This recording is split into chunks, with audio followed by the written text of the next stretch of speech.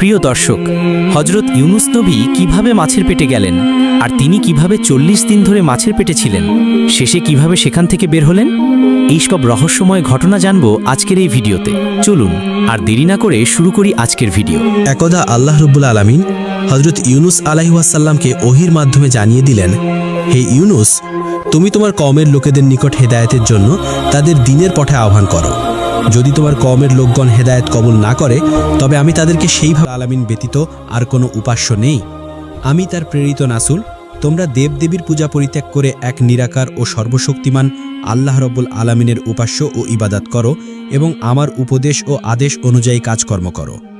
কিন্তু কওমের লোকগণ তার কথার প্রতি কোনো কর্ণপাতই করল না, বরং তারা জবাব দিল, হে ইউনুস, তুমি যদি আমাদেরকে টুকরো টুকরো করে ফেলো, তথাপিও আমরা তোমার কথা শুনে আমাদের পূর্বপুরুষদের ধর্ম ত্যাগ করব না এবং আমরা কোনোদিনই দেবদেবীর উপাসনা ছাড়ব না।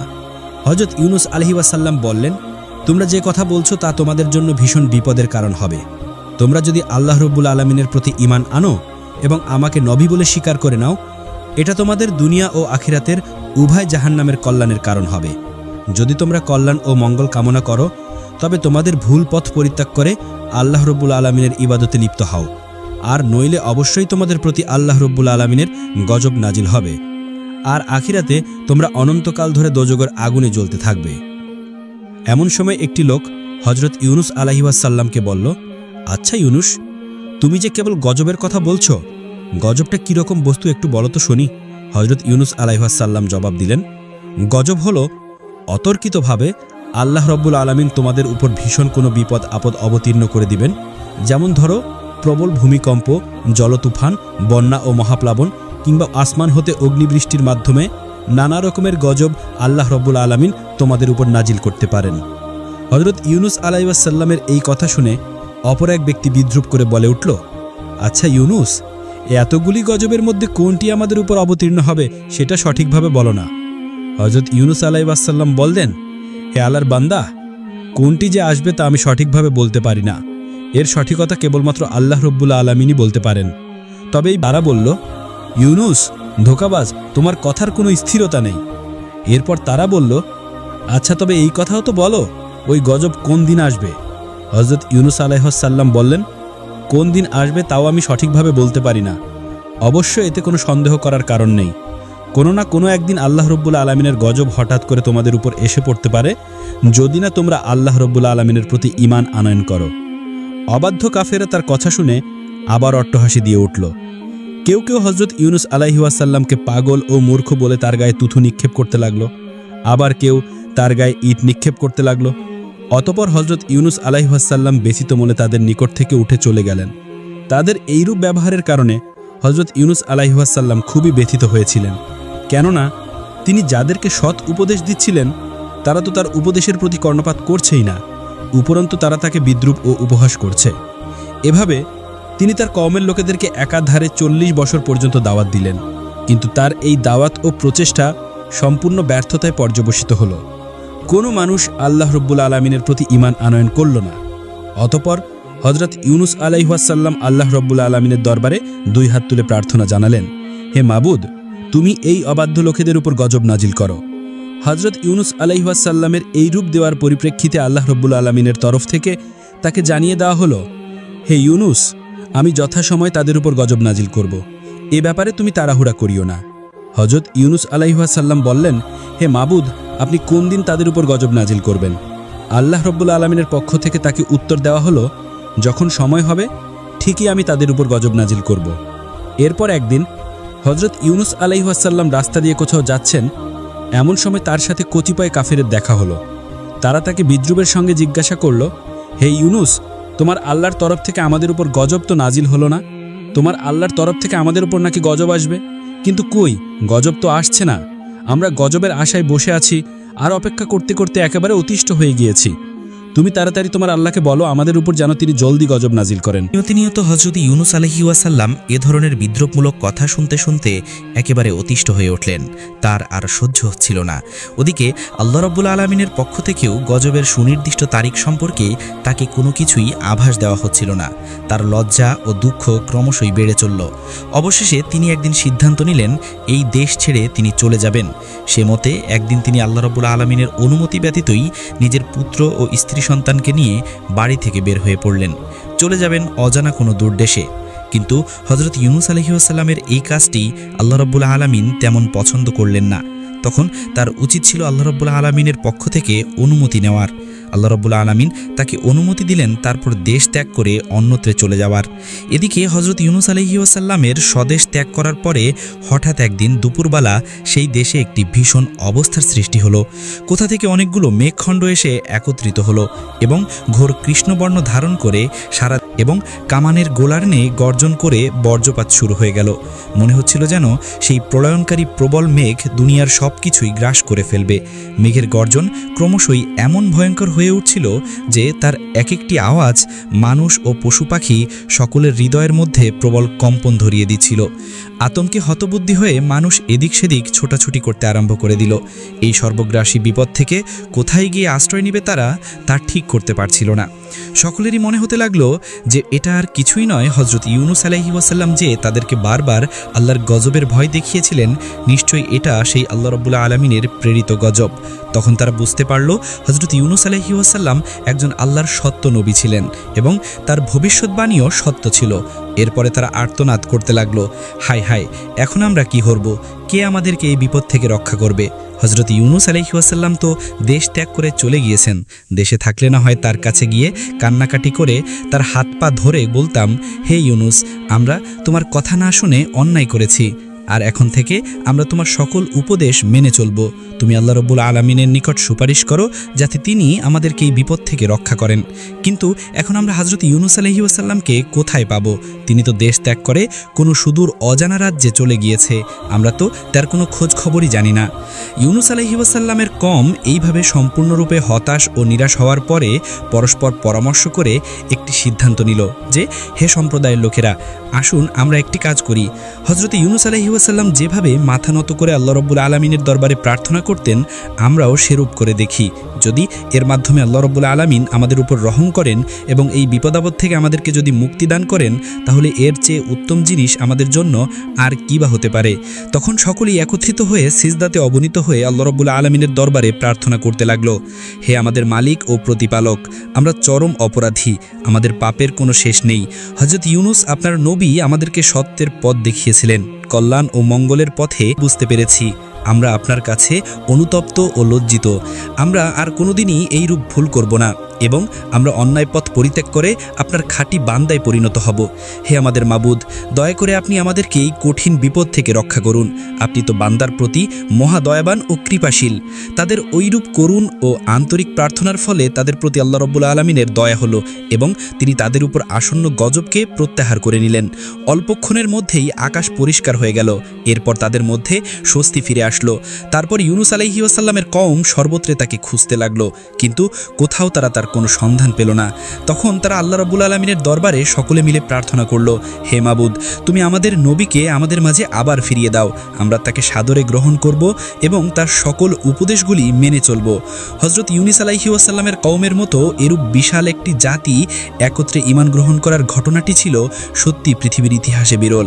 হযরত আবু বকর রাদিয়াল্লাহু তাআলা আনহু হতে বর্ণিত একটি হাদিসের মাধ্যমে জানা যায়, হযরত রাসূল আকরাম সাল্লাল্লাহু আলাইহি ওয়াসাল্লাম বলেছেন, হযরত ইউনুস আলাইহিস সালামের কওমের মধ্যে প্রাপ্তবয়স্ক ও বুদ্ধিমান পুরুষের সংখ্যা ছিল 1 লক্ষ।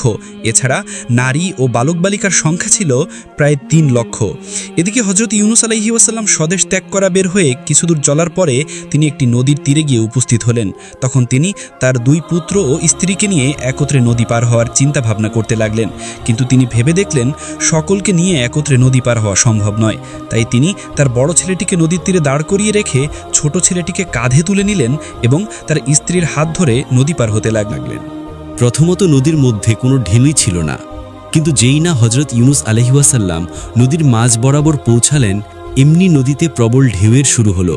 হঠাৎ করে এরকম বিপদে হজরত ইউনুস আলাইহিওয়াসাল্লাম কি করবেন কিছুই ঠিক করতে পারছিলেন না। তিনি তার স্ত্রীকে শক্তভাবে ধরে রেখেছিলেন, কিন্তু স্রোতের গতি এতই প্রবল ছিল যে তিনি আর তাকে ধরে রাখতে পারলেন না। স্ত্রী তার হাত থেকে ফসকে চলে গেল। স্ত্রীকে রক্ষা করতে গিয়ে যখন তিনি তার প্রতি মনোনিবেশ করেছিলেন, তখন তার ঘাড়ের উপরে থাকা ছোট ছেলেটির প্রতি তিনি অন্যমনস্ক হয়ে পড়েছিলেন। আর সেই কারণে তার ছোট ছেলেটিও ঘাট থেকে পড়ে গিয়ে নদীর স্রোতের সাথে কোথায় যেন বিলীন হয়ে গেল। তাদের মধ্যে কাউকেই তিনি উদ্ধার করতে সক্ষম হলেন না। তখন নদীর পাড়ে রেখে আসা বড় ছেলেটিকে উদ্ধার করার জন্য যেই না নদীর পাড়ের নিকটবর্তী হলেন, তখন তিনি দেখতে পেলেন একটি বাঘ তার ছেলেটিকে আক্রমণ করে তাকে ধরে নিয়ে দ্রুত জঙ্গলের মধ্যে চলে গেল। তখন আর তিনি কি করবেন? এভাবেই তিনি স্ত্রী পুত্রকে হারিয়ে শোকাহত মনে একাই নদীর পাড় ধরে সম্মুখে চলতে লাগলেন। বহুদূর পথ অতিক্রম করার পর তিনি দেখতে পেলেন একটি বিরাট নদীর কোলে একটি জাহাজ নোঙর করা রয়েছে। বহু যাত্রী পূর্বে সেই জাহাজে আরোহণ করেছিল, তিনিও তাতে আরোহণ করলেন। অল্পক্ষণের মধ্যেই তা নদীর সীমানা পেরিয়ে সমুদ্রে গিয়ে উপনীত হলো। সমুদ্রে উপনীত হয়ে কিছুক্ষণ জাহাজটি ভালোই চলছিল, কিন্তু যেই না তারা সাগরের মাঝে উপনীত হলো, তখন আর সেই জাহাজটি সামনে অগ্রসর হচ্ছিল না। একই স্থানে সেটি আটকে থাকলো। জাহাজের কাপ্তান ও নাবিকেরা অনেক চেষ্টা করলেও জাহাজটিকে সামনে নিতে সক্ষম হলো না। তারা দেখল জাহাজের সব কিছুই ঠিকঠাক রয়েছে, তারপরও জাহাজ সামনে অগ্রসর হচ্ছে না। অতবার জাহাজের কাপ্তান, নাবিক এবং আরোহীগণ সকলেই অবাক হয়ে ভাবতে লাগলো যে এরূপ হওয়ার কারণ কি। জাহাজ সামনে চলছে না। সেই ব্যক্তিকে যতক্ষণ পর্যন্ত জাহাজ থেকে ফেলে না দেওয়া হবে, ততক্ষণ পর্যন্ত জাহাজ বিপদমুক্ত হবে না। তখন এক এক করে জাহাজের প্রত্যেক আরোহীর কাছে জিজ্ঞাসা করা হলো যে, তোমাদের মধ্যে কি কেউ এমন আছো যে তার মালিকের অনুমতি ব্যতীত পালিয়ে এসেছো? কিন্তু সকল যাত্রীরা এই কথা অস্বীকার করল। তখন হজরত ইউনুস আলাইহিওয়াসাল্লাম ভাবতে লাগলেন যে, আমি তো মনিবের নিকট না বলে পালিয়ে এসেছি। আমি আমার মহান প্রতিপালক সর্বশ্রেষ্ঠ আল্লাহ রব্বুল আলামিনের অনুমতি না নিয়েই স্বদেশ ত্যাগ করে বিদেশের পথে রওনা করেছি। আমার মতো এত বড় পাপী আর কে হতে পারে? এই কথা চিন্তা করে তিনি জাহাজ কর্তৃপক্ষের নিকট গিয়ে বলেন, আমি আমার মালিকের নিকট না বলে পানি এসেছি। আপনারা আমাকে সাগরে ফেলে দিন। আমাকে সাগরে নিক্ষেপ করা হলে জাহাজ চলতে শুরু করবে এবং আপনারা সকলেই বিপদমুক্ত হয়ে যাবেন। ইউনুস আলাইহিওয়াসাল্লাম এই কথা বললেও তার লাবণ্যময় চেহারা দেখে কেউই বিশ্বাস করতে পারল না যে তিনি কারো গোলাম হতে পারেন। কোনো গোলামেরই আচরণ এবং কথাবার্তা এরূপ হতে পারে না, বরং তাকে সকলেই বিশেষ কোনো সম্ভ্রান্ত লোক বলে মনে করতে লাগল। কিন্তু হজরত ইউনুস আলাইহিওয়াসাল্লাম যখন নিজেকে বারবার অবাধ্য গোলাম বলে তাদের নিকট প্রকাশ করতে লাগল, তখন জাহাজের লোকজন বাধ্য হয়ে একটি সিদ্ধান্ত নিল যে সেই অবাধ্য লোকটিকে ধরার জন্য লটারি করা হবে। এরপর তারা লটারি করল, কিন্তু যতবারই তারা লটারি করল, প্রত্যেকবারই হজরত ইউনুস আলাইহিওয়াসাল্লামের নাম উঠল। তখন তাদের কাছে হজরত ইউনুস আলাইহিওয়াসাল্লামকে সমুদ্রে নিক্ষেপ করা ছাড়া আর কোনো উপায় ছিল না। অতএব তারা তাকে সমুদ্রে নিক্ষেপ করল। সমুদ্রে নিক্ষেপ করার সাথে সাথে জাহাজটি আবার পূর্বের নেই চলতে আরম্ভ করল এবং জাহাজের সকল যাত্রীরা বিপদমুক্ত হয়ে গেল। এদিকে হজরত ইউনুস আলাইহিওয়াসাল্লাম যখন সমুদ্রে নিক্ষেপ হলেন, এর পরে একটি বিরাট মাছ এসে তাকে গিলে ফেলল। দুর্যোগের উপরে যেন মহাদুর্যোগ, বিপদের উপর বিপদ। হজরত ইউনুস আলাইহিওয়াসাল্লাম দেশ ত্যাগ করে বের হওয়ার পরে প্রথম তিনি নিজের স্ত্রী পুত্রকে হারিয়েছেন। এরপর তিনি নিজেই সমুদ্রে নিক্ষেপ হয়ে মাছের পেটে চলে এসেছেন। এর চেয়ে বড় বিপদ আর কি হতে পারে? আল্লাহ রব্বুল আলামিনের একজন বিশিষ্ট নবী হওয়া সত্ত্বেও তার অনুমতি ব্যতি রেখে স্বদেশ ত্যাগ করার কারণেই আল্লাহ রব্বুল আলামিন তাকে এই কঠিন বিপদ ও বালা মুসিবত দিয়ে পরীক্ষা করছিলেন। আল্লাহ রব্বুল আলামিন হজরত ইউনুস আলাইহিওয়াসাল্লামকে দুনিয়া থেকে তুলে নেওয়ার বদলে তাকে বাঁচিয়ে রাখার ইচ্ছা করলেন। এ কারণে তিনি উক্ত মাছটিকে হুকুম করলেন, হে মৎস্য, আমার প্রিয় নবী তোমার পেটে আশ্রয় গ্রহণ করেছে, সাবধান, তার যেন কোনো প্রকার কষ্ট বা অসুবিধা না হয়, এদিকে তুমি সর্বদা লক্ষ্য রাখবে। হজরত ইউনুস আলাইহিওয়াসাল্লাম মাছের পেটে যাওয়া মাত্রই কেঁদে কেঁদে আল্লাহ রব্বুল আলামিনের দরবারে ইস্তেগফার করতে লাগলেন এবং তিনি ফরিয়াদ করতে লাগলেন, হে মাবুদ, তুমি আমাকে ক্ষমা করে দাও। আমি আর কোনোদিন তোমার অসন্তুষ্টিমূলক কোনো কাজ করব না। তুমি আমার এবারের অপরাধ অনুগ্রহপূর্বক মার্জনা করো। তিনি এভাবে আল্লাহ রব্বুল আলামিনের দরবারে কাকুতি মিনতি করছিলেন আর বারবার একটি দোয়া পড়ছিলেন, লা ইলাহা ইল্লা আনতা সুবহানাকা ইন্নী কুনতু মিনাজ জালিমিন। হে আল্লাহ, আপনি ছাড়া কোনো মাবুদ নেই, আপনি পবিত্র আর আমি জালিমদের অন্তর্ভুক্ত। এভাবেই একাধারে হজরত ইউনুস আলাইহিওয়াসাল্লাম মাছের পেটে 40 দিন কাটালেন এবং ইউনুস আলাইহিওয়াসাল্লাম মাছের পেটে থেকে বিরতিহীনভাবে এই দোয়াটি পাঠ করে যেতে লাগলেন। তিনি বুঝতে পারছিলেন না কখন দিন হচ্ছে আর কখন রাত হচ্ছে। 40 দিনে হজরত ইউনুস আলাইহি ওয়াসাল্লাম সর্বমোট 1,40,000 বার এই দোয়াটি পাঠ করেছিল। শেষ পর্যন্ত আল্লাহ রাব্বুল আলামিনের দয়া ও কৃপা হযরত ইউনুস আলাইহি ওয়াসাল্লামের জন্য উঠে উঠল। তিনি তার প্রিয় বান্দার এই রকম অবস্থায় আর অবিচল থাকতে পারলেন না। তখন তিনি ওহির মাধ্যমে মুক্ত করলাম, আর এভাবেই আমি মুমিনদেরকে বিপদমুক্ত করে থাকি। 40 দিন যাবৎ হযরত ইউনুস আলাইহি ওয়াসাল্লাম মাছের পেটে কোনো রকমের খাবার বা পানীয় গ্রহণ করেননি। আল্লাহ রাব্বুল আলামিনের তাসবিহ ছিল তার একমাত্র খোরাক। আল্লাহ তাআলা হযরত ইউনুস আলাইহি ওয়াসাল্লামের প্রতি কৃপা প্রদর্শন এবং তার দোয়া কবুল করার সঙ্গে সঙ্গে মাছটির পেটে অনেক ব্যথা ও বেদনা শুরু হয়ে গেল। মাছটি ব্যথা ও যন্ত্রণায় অস্থির হয়ে পড়ল। এরপর আল্লাহ রাব্বুল আলামিনের নির্দেশে একটি জনমানবহীন মরুময় দ্বীপে মাছটি হযরত ইউনুস আলাইহি ওয়াসাল্লামকে উদ্গীরণ করে দিল এবং এভাবেই সে নিজের পেটের বেদনা থেকে মুক্তি লাভ করল আর শান্তি ও স্বস্তির মুখ দেখল। হযরত ইউনুস আলাইহি ওয়াসাল্লাম তখন প্রায় জীবন্ত মৃত্যুর মতো অবস্থা প্রাপ্ত হয়ে পড়েছিল। সামুদ্রিক মাছ ইউনুস আলাইহি ওয়াসাল্লামকে নির্জন দ্বীপে উদ্গীরণ করে দিয়ে সমুদ্রে চলে গেল। মাছটি ইউনুস আলাইহি ওয়াসাল্লামকে যে দ্বীপে উদ্গীরণ করে দিয়েছিল সেই দ্বীপে না ছিল কোনো জনমানবের চিহ্ন এবং না ছিল কোনো গাছগাছালির চিহ্ন। দীর্ঘ 40 দিন মাছের পেটে অবস্থা করার কারণে ইউনুস আলাইহি ওয়াসাল্লামের শরীরের চামড়াগুলি একেবারে পাতলা হয়ে গিয়েছিল। দ্বীপটি মরুময় হওয়ায় এবং গাছপালা না থাকায় রৌদ্রের তাপ হযরত ইউনুস আলাইহি ওয়াসাল্লামের শরীরে সরাসরি পতিত হতে লাগলো, আর এতে তিনি অনেক কষ্ট ও যন্ত্রণা অনুভব করতে লাগলেন। অপরদিকে ক্ষুধা ও তৃষ্ণাতেও তিনি একেবারে কাতর হয়ে পড়েছিলেন। কিন্তু তিনি কি খাবেন? সমুদ্রের পানি ছিল লবণাক্ত এবং আশেপাশে এমন কোনো খাবারও নেই যেই খাবার খেয়ে তিনি নিজের শরীরের শক্তি ফিরিয়ে আনতে পারেন। এমন প্রতিকূল পরিবেশে হযরত ইউনুস আলাইহি ওয়াসাল্লামের প্রতি আল্লাহ রাব্বুল আলামিনের রহমত অবতীর্ণ হলো। যেখানে তিনি অর্ধমৃত অবস্থায় শায়িত ছিলেন তার একেবারে নিকটে আল্লাহ রাব্বুল আলামিন একটি লাউ গাছ উৎপন্ন করে দিলেন। দেখতে দেখতে লাউ গাছটি বড় হয়ে গেল এবং বড় হয়ে ক্ষান্ত থাকলো না, তা একটি জুপে পরিণত হলো আর হযরত ইউনুস আলাইহি ওয়াসাল্লামের শান্তির জন্য পরম আরামদায়ক ছায়া প্রদর্শন করতে লাগলো। আল্লাহ রাব্বুল আলামিনের এই অশেষ কৃপায় ইউনুস আলাইহি ওয়াসাল্লাম অশেষ শুকরিয়া আদায় করলেন।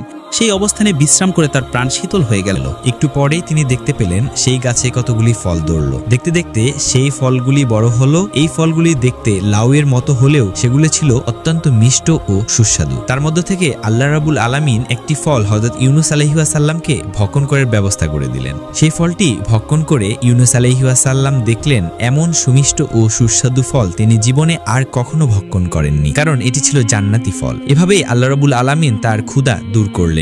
অতঃপর এবার চিন্তা করতে লাগলেন, ক্ষুধা তো দূর হলো, কিন্তু এবার তিনি তৃষ্ণা কিভাবে নিবারণ করবেন। এই চিন্তা করার সাথে সাথে তিনি দেখতে পেলেন পুষ্টপৃষ্ট স্বাস্থ্যবান একটি বকরি তার দিকে ছুটে আসছে। অতঃপর তিনি সেই বকরির দুধ পান করে তৃষ্ণা নিবারণ করলেন আর আল্লাহ রাব্বুল আলামিনের দরবারে লাখ লাখ শুকরিয়া আদায় করলেন। এভাবে কয়েকদিন পর্যন্ত হযরত ইউনুস আলাইহি ওয়াসাল্লাম সুমিষ্ট ফল ও বকরির দুধ পান করে নিজের শরীরে যথেষ্ট শক্তি ও শান্তি অনুভব করতে লাগলেন। এমন অবস্থায় আল্লাহ রাব্বুল আলামিন তার নবী আলাইহিস সালাম সেই দ্বীপ থেকে সামনে চলতে লাগলেন। কিছু দূর অগ্রসর হবার পরে তিনি একটি লোকালয়ের কাছে গিয়ে পৌঁছালেন। সেখানকার মানুষদের চরিত্র ছিল খুবই উত্তম। তারা ইতিপূর্বে হযরত ইউনুস আলাইহিস সালামের নাম শুনেছিল এবং তাকে নিজেদের মধ্যে পাওয়ার জন্য অধীর আগ্রহে বসেছিল। সুতরাং হযরত ইউনুস আলাইহিস সালাম তাদের মধ্যে গিয়ে উপস্থিত হলেন। তখন তারা আনন্দে আত্মহারা হয়ে গেল। অতঃপর তিনি তাদের কাছে দিনের বিধিবিধান পেশ করলেন আর আল্লাহ রাব্বুল আলামিনের দিন কবুল করে হযরত ইউনুস আলাইহিস সালামের উম্মতে পরিণত হলো। অতঃপর হযরত ইউনুস আলাইহিস সালাম সেই দেশের সর্বোচ্চ ভ্রমণ করে ওয়াজ নসিহত করতে লাগলেন। একদা তিনি একটি মজলিসে ওয়াজ করছিলেন, এমন সময় কোথা থেকে যেন নবীর স্ত্রী ও তার ছোট ছেলে সেখানে এসে উপস্থিত হলো। নবী তাদেরকে দেখে অত্যন্ত অবাক হলেন এবং আল্লাহ রাব্বুল আলামিনের দরবারে অশেষ শুকরিয়া আদায় করলেন। অতঃপর তিনি তার স্ত্রীর নিকট তাদের বেঁচে থাকার ঘটনাটি জানতে চাইলেন। স্ত্রী বললেন, আমরা আপনার হাত থেকে ছুটে পানির মধ্যে হাবুডুবু খাচ্ছিলাম। প্রবল স্রোতে কখনো আমাদেরকে পানিতে তলিয়ে নিচ্ছিল, আবার কখনো উপরে ভাসিয়ে রাখছিল। আমরা অত্যন্ত ভীত হয়ে পড়েছিলাম। এভাবে কয়েক ঘন্টা চলার পরে আমাদের পায়ের নিচে মাটি আসলো, তখন আমরা সেখানে সোজা হয়ে দাঁড়ালাম আর এর মধ্যে স্রোতের প্রবলতা কিছুটা কমে গেল। একটু পরে আমরা দেখতে পেলাম সেখানকার পানি সম্পূর্ণরূপে শুকিয়ে গিয়েছে। তখন আমরা সেখান থেকে উঁচু স্থানের দিকে হাঁটতে লাগলাম। কিছু দূর হাঁটার পরে আমাদের সাথে কয়েকজন মানুষের দেখা সাক্ষাৎ হলো। তারা আমাদেরকে অসহায় অবস্থায় দেখে আমাদের নিকট আসলো এবং আমাদের পরিচয় জিজ্ঞাসা করলো। আমি তখন আপনার নাম বলে পরিচয় দিলাম। তারা আমাদেরকে যথেষ্ট সম্মান প্রদর্শন করে তাদের সঙ্গে কি নিয়ে চললো। আমরা তাদের সাথে তাদের বাড়িতে গিয়ে পৌঁছালাম। তারা আমাদেরকে সেখানে আশ্রয় আশ্রয় দিল এবং আমাদের থাকা খাওয়ার সম্পূর্ণ ব্যবস্থা করে দিল। এভাবেই দিন চলছিল। একদিন আমি স্বপ্নে দেখলাম একজন শুভ্র পোশাক পরিহিত ব্যক্তি আমাকে বলছে, হে নবীর স্ত্রী, তোমার স্বামীর উপর আল্লাহ রাব্বুল আলামিনের পরীক্ষা শেষ হয়েছে, অল্প দিনের মধ্যেই তার সাথে তোমার সাক্ষাৎ হবে এবং আল্লাহ রাব্বুল আলামিন তোমাদের সুখের দিন ফিরিয়ে দিবেন। এরপর একদিন আমরা জানতে পারলাম যে আপনি এই লোকালয়ে আগমন করেছেন, আর এই খবর পেয়েই আমরা আপনার কাছে এসে উপস্থিত হলাম। স্ত্রীর মুখে এই কাহিনী শুনে নবী অনেক খুশি হলেন এবং আল্লাহ রাব্বুল আলামিনের দরবারে লাখ লাখ শুকরিয়া আদায় করলেন। একদিন পর হযরত ইউনূস আলাইহিস সালাম এক বৈঠকে বসে কয়েকজন লোককে উপদেশ প্রদান করছিলেন। এমন সময় একজন লোক সেখানে এসে উপস্থিত হয়ে বললেন, হুজুর, কিছুদিনের আগের ঘটনা। আমরা 8 থেকে 10 জন লোক একটি জঙ্গলে কাঠ কাটার উদ্দেশ্যে গমন করলাম। হঠাৎ আমরা দেখতে পেলাম একটি বাঘ একটি বালককে নিয়ে দ্রুত জঙ্গলের অভ্যন্তরে চলে যাচ্ছে। তখন আমরা সকলে মিলে অস্ত্রশস্ত্র নিয়ে বাঘটিকে ধাওয়া করলাম। আমাদের ধাওয়া খেয়ে বাঘটি বালকটিকে ছেড়ে চলে গেল। বালকটি সম্পূর্ণ মুমূর্ষ অবস্থায় পড়েছিল। এরপর আমি ও আমার বন্ধুরা বালকটিকে বাড়িতে নিয়ে এসে অনেক চিকিৎসা ও সেবা যত্ন করলাম, যার কারণে সে সম্পূর্ণরূপে আরোগ্য লাভ করলো এবং সুস্থ হয়ে উঠল। সুস্থ হওয়ার পরে সে তার উপস্থিত হবেন। এর কিছুক্ষণ পরে হযরত ইউনূস আলাইহিস সালামের ছেলেটিকে নিয়ে কিছু লোক তার কাছে উপস্থিত হলো। ছেলেকে এভাবে অকল্পনীয়ভাবে ফিরে পেয়ে হযরত ইউনূস আলাইহিস সালাম আল্লাহ রাব্বুল আলামিনের দরবারে লাখ লাখ শুকরিয়া আদায় করতে লাগলেন এবং তার দুই চোখ দিয়ে অবিরল দ্বারায় আনন্দের অশ্রু বেগলিত হতে লাগলো। স্ত্রী পুত্রকে ফিরে পাওয়ার পরে হযরত ইউনূস আলাইহিস সালাম চিন্তা করলেন এবার তাকে স্বদেশ পানি ফিরে যেতে হবে, কারণ এটাই ছিল আল্লাহ রাব্বুল আলামিনের নির্দেশ। অতঃপর তিনি সেই দেশের লোকজনকে বিদায় জানিয়ে স্বদেশের পথে গমন করেন। প্রিয় দর্শক, এই ছিল মহান আল্লাহর এক প্রিয় নবীর কাহিনী, যার ধৈর্য, তৌবা আর আল্লাহর প্রতি ভরসা আজও আমাদের জন্য বড় শিক্ষা। আমরা যেন ইউনূস আলাইহিস সালামের মতো বিপদে পড়ে আল্লাহকে ডাকি, তাওবা করি, ধৈর্য ধরি, এই দোয়া করি আল্লাহর দরবারে। আল্লাহ যেন আমাদেরকে সত্য বোঝার ও সে অনুযায়ী জীবন গড়ার তৌফিক দেন। আমিন। ভিডিওটি যদি আপনার ভালো লেগে থাকে একটা লাইক দিন, নিচে কমেন্ট করে মতামত জানান, আর নতুন নতুন ইসলামিক কাহিনী পেতে সাবস্ক্রাইব করতে ভুলবেন না।